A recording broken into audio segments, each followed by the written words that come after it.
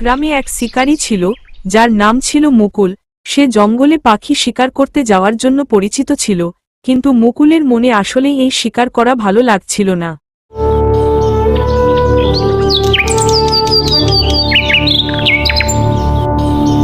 একদিন মুকুলের মনে প্রশ্ন আসলো, আমি যে পাখিদেরকে শিকার করি সেটা ভালো না, আর আমি শিকার করব না। এই বলে তিনি জঙ্গলে চলে গেলেন।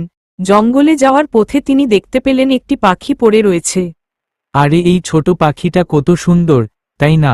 কিন্তু পাখিটা আহত মনে হচ্ছে যে, এর তো একটা পা ভাঙ্গা মনে হয়। মুকুলের হৃদয় দয়ায় ভেসে উঠল। সে দ্রুত পাখিটিকে তুলে নেয় এবং বাড়িতে নিয়ে যায়। সেখানে সে পাখির পায়ে ব্যান্ডেজ করে এবং তা যত্ন সহকারে পালন করতে থাকে, এবং 2 দিন পরে দেখে পাখিটি সুস্থ হয়ে উঠেছে।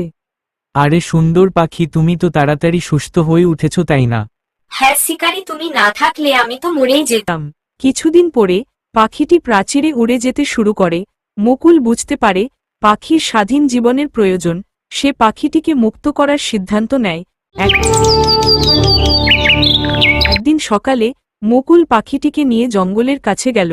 পাখিটির কাছে এসে বলল, এখন তুমি মুক্ত, উড়ে যাও এবং তোমার বন্ধুদের সাথে থেকো। মুকুল আর কখনো শিকার করতে যায়নি। সে এখন পাখিদের বন্ধু এবং তাদের গান শুনতে সবসময় অপেক্ষা করে। এইভাবে শিকারী এবং পাখির মধ্যে একটি আন্তরিক সম্পর্ক গড়ে ওঠে, যা গ্রামের মানুষের জন্য এক উদাহরণ হয়ে দাঁড়ায়।